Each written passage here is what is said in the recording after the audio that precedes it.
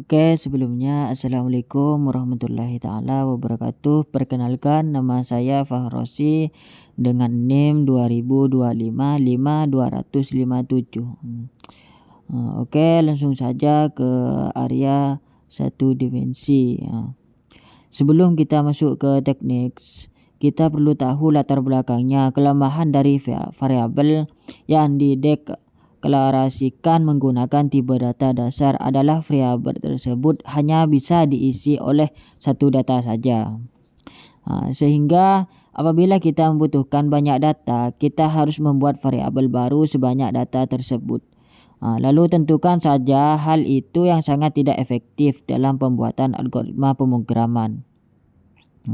Sebagai solusinya, kita memerlukan tipe data area, yang dimana area ini merupakan tipe data buatan yang berfungsi agar satu variabel dapat diisi oleh banyak data, dengan syarat jenis atau tipe datanya harus sama. Dalam penyajiannya terdapat area satu dimensi dan dua dimensi dan multidimensi. Namun kali ini kita akan menghapus tuntas mengenai area satu dimensi. Langsung saja ke area satu dimensi. Variabel yang dideklarasikan menggunakan area satu dimensi dapat diilustrasikan seperti gerbang kereta api, di mana ia memiliki elemen-elemen dengan indeks yang dimulai dari angka 0.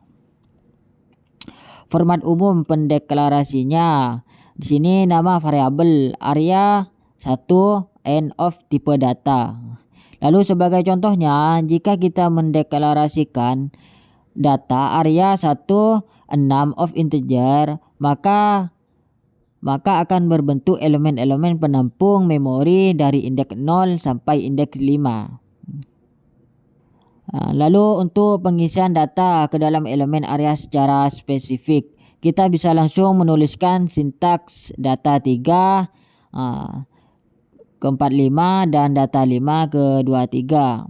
Mulai perintah ini, angka 45 akan masuk ke dalam elemen ketiga dan angka 23 akan masuk ke dalam elemen kelima. Sedangkan untuk menampilkan kembali data yang sudah tersimpan tersebut ke layar komputer, kita menggunakan sintaks read data 3.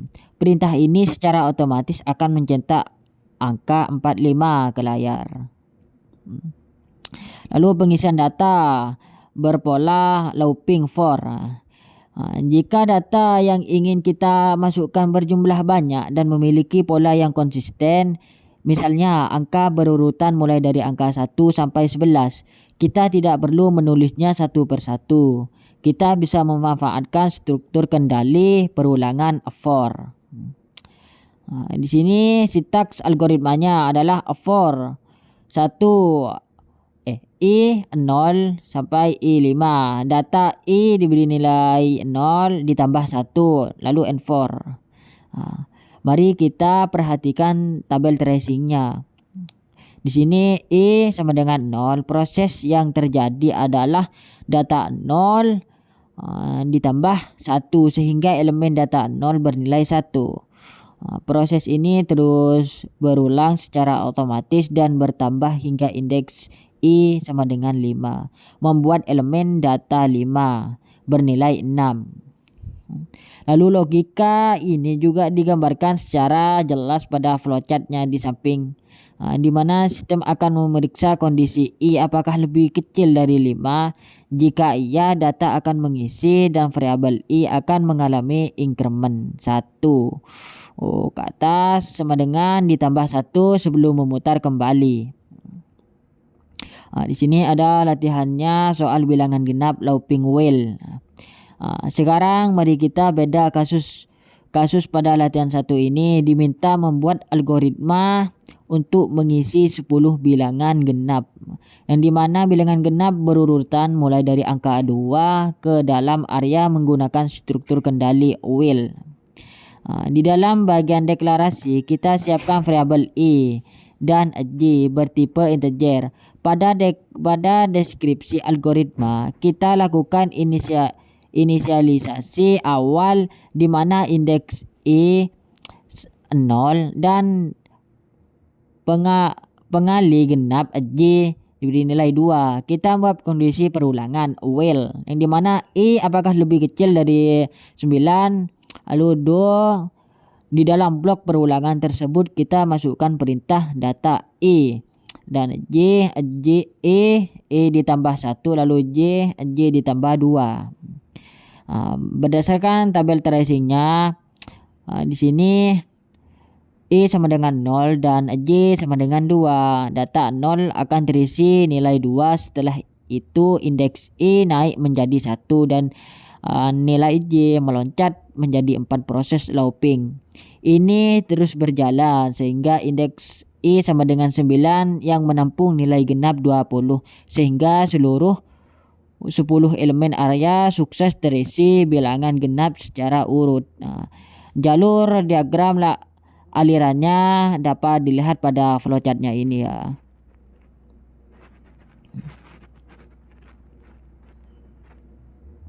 Lalu input user yang dimana pertanyaan ini, bagaimana jika data yang ingin kita masukkan bersifat acak atau tidak memiliki pola yang konsisten? Kondisinya demikian, kita harus membiarkan pengguna memasukkan satu persatu secara manual dari keyboard. Namun kita tetap bisa menggunakan bantuan perulangan agar kodenya ringkas. Di sini sintaknya adalah for diberi nilai 0 dan diberi nilai 5. Read ketikkan angka ke jangan lupa titik komanya, lalu read data lalu N4. Dengan algoritma ini pemrograman akan memunculkan teks perintah secara dinamis, dimulai dari ketikan data ke 0. Setelah pengguna mengetikkan angka dan menekan enter, data akan langsung disimpan ke dalam data 0.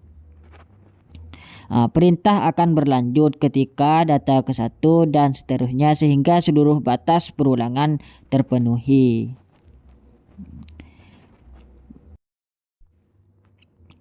Oke, lanjut ke area 2 dimensi. Yang dimana di sini pertama kita bahas area 2 dimensi dulu. Perbedaan utama antara area 2 dimensi dengan area 1 dimensi terletak pada ilustrasinya yang berbentuk seperti matriks, yang dimana indeksnya terdiri dari baris dan kolom. Untuk mendeklarasikannya di dalam program format sintaks yang kita gunakan adalah nama variabel dan area banyak baris dan banyak kolom. Sebagai contoh, jika kita menulis data area 34 of integer, maka akan terbentuk sebuah area yang memiliki total 12 elemen yang terbagi menjadi 3 baris dan 4 kolom. Lalu bagaimana cara mengisi datanya? Untuk mengisi data ke dalam elemen spesifik, kita sebutkan koordinat baris dan kolomnya. Contohnya data 0,2 lalu diberi nilai 7. Dengan perintah ini maka angka 7 akan masuk ke dalam elemen area pada baris 0 dan kolom 2. Sedangkan untuk menampilkan atau mencetak data yang sudah ada di posisi tersebut ke layar, kita menggunakan read data 0,2.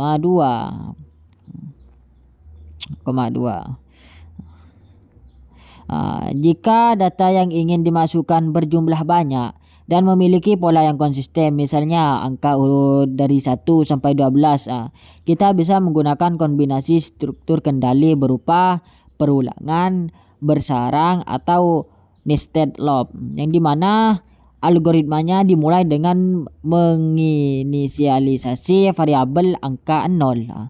Kemudian kita buat perulangan luar untuk baris, yaitu for 0, lalu baris min 1.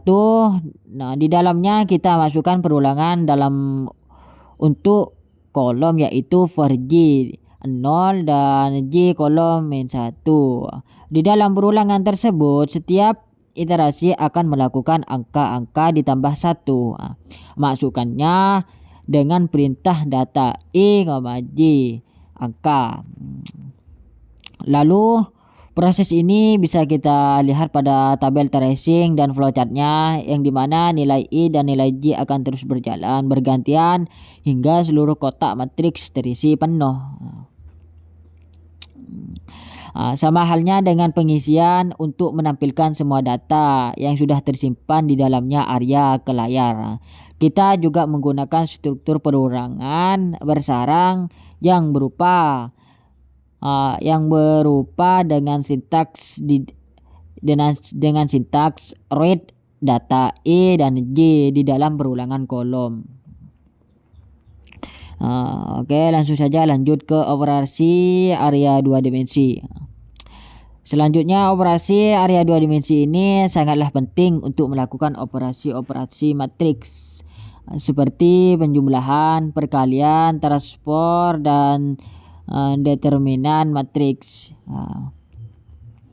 Yang dimana di sini penjumlahan matriks A, B, dan C. Penjumlahan matriks, syarat utama dua matriks dapat dijumlahkan apabila jumlah baris dan kolomnya sama.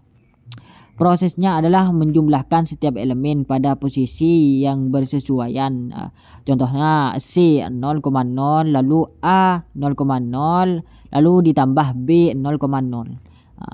Agar efektif untuk ukuran matriks yang besar, kita bungkus proses ini menggunakan perulangan bersarang dengan rumus C E, J, lalu A E, J ditambah B E, J.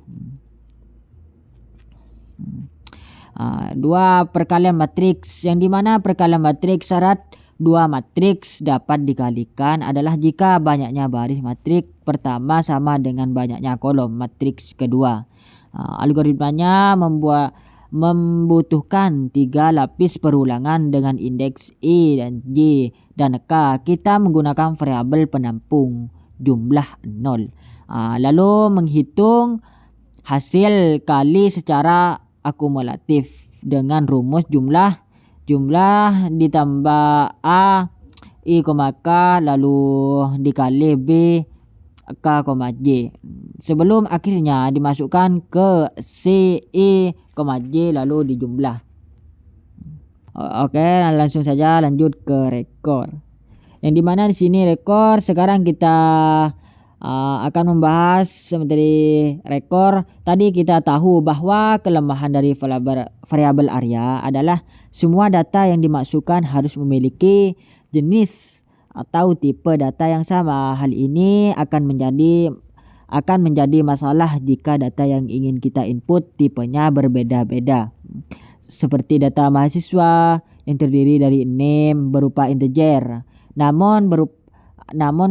nama berupa string, dan jenis kelamin berupa boolean. Karena ketiga data ini tidak bisa disatukan dalam satu area, bisa kita menggunakan tipe buatan yang dimana rekor. Rekor ini berikut adalah cara mendeklarasikannya. Kita buat nama rekornya, lalu kita definisikan nama file beserta tipe data di dalam blok rekor. Contohnya, kita deklarasikan data mahasiswa yang berisi file name, nama, dan jika ini jenis kelamin. Variabel kita beri nama mahasiswa bertipe data mahasiswa. Lalu untuk mengisi data ke dalam file rekor ini kita menggunakan operator titik. Sini contohnya mahasiswa. Di sini name 2000, 25, 5 2000. 57 anggaplah gitu. Lalu nama mahasiswa misal Rosi. Lalu mahasiswa jenis kelamin. Sedangkan untuk mencetak ke layar kita cukup panggil dengan perintah read mahasiswa lalu name. Read mahasiswa nama dan read nama jika jenis kelamin. Oke, langsung saja ke area of record untuk data barang. Di mana di sini bisa menampung satu data saja jika kita ingin menampung banyak data yang memiliki banyak file seperti daftar barang di supermarket. maka kita harus mendeklarasikannya sebagai area of record. Lalu contohnya kita buat variabel barang area 1 3 of data barang untuk mengisi dan menampilkan 3 data barang tersebut. Kita mengkombinasikan dengan perulangan for i 0 dan i n min 5 do. Lalu mengakses filenya dengan format barang i kd barang atau barang i nama barang. Di sini kalian sudah ada. Lalu lanjut saja ke field text, yang dimana materi terakhir yang akan kita bahas adalah field text ini. Merupakan sekumpulan byte-byte berisi data karakter ASCII yang dimana disimpan dalam media penyimpanan. Jumlahnya data tidak tentu serta dapat ditambah atau dikurangi. Karakteristik dari field text ini antara lain bertipe ASCII yang dimana panjang rekornya bisa bervariasi seperti baris akhir tanda eol atau end of line setiap field diakhiri tanda eol atau end of field, dan hanya dapat diakses secara sekuensial atau berurutan. Lalu untuk menambahkan atau menulis data ke dalam field text program, kita harus melewati 5 tahap wajib berikut ini. Yang pertama kita mendeklarasikan variabel field dengan sintaks nama variabel text. Lalu yang kedua, menghubungkan variabel field dengan nama field text menggunakan perintah async nama variabel dan nama field. Yang ketiga, membuat field text tersebut aktif menggunakan perintah rewards nama variabel.